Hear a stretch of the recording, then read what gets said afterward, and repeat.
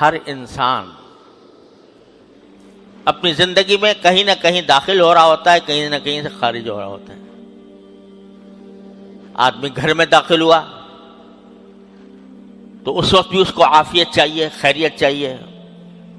اچھائی چاہیے کہ جب گھر میں داخل ہو تو منظر اچھا نظر آئے،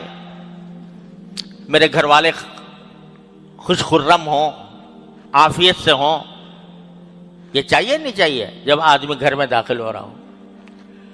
جب گھر سے نکل رہا ہو اس وقت بھی اس کو عافیت چاہیے کہ نکلنے کے جب میں نکلوں، جس کام کے لیے بھی نکل رہا ہوں تو وہ اچھائی کے ساتھ نکلوں، نکلنے میں بھی آسانی ہو، دشواری نہ ہو، جس مقصد کے لیے نکل رہا ہوں اس میں کامیابی ہو۔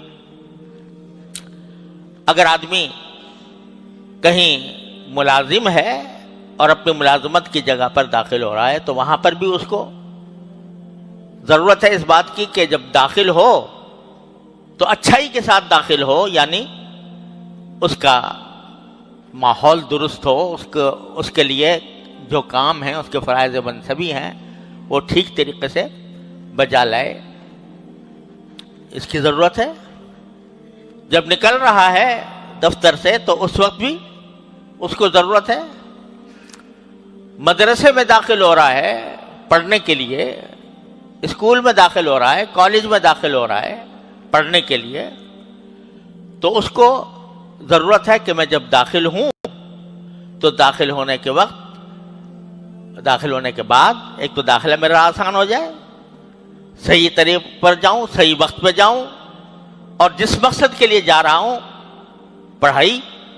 اس میں کامیابی ہو، اچھی طرح بات سمجھ میں آئے، یاد رہے۔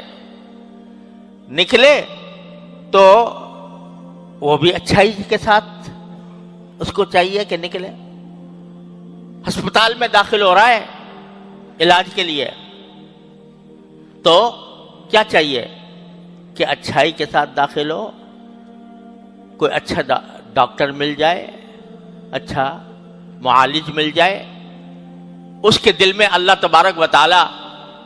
صحیح دوا ڈال دے،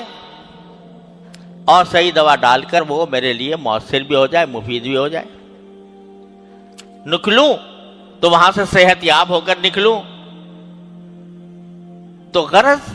آدمی اگر غور کرے تو اپنی شب و روز کی زندگی میں کہیں نہ کہیں سے داخل ہو رہا ہوتا ہے، کہیں نہ کہیں داخل ہو رہا ہوتا ہے، کہیں نہ کہیں نکل رہا ہوتا ہے۔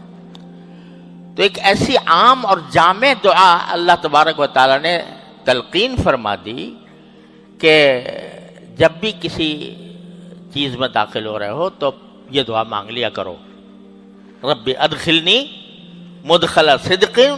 واخرجنی مخرج صدق واجعل لی من لدنک سلطانا نصیرا۔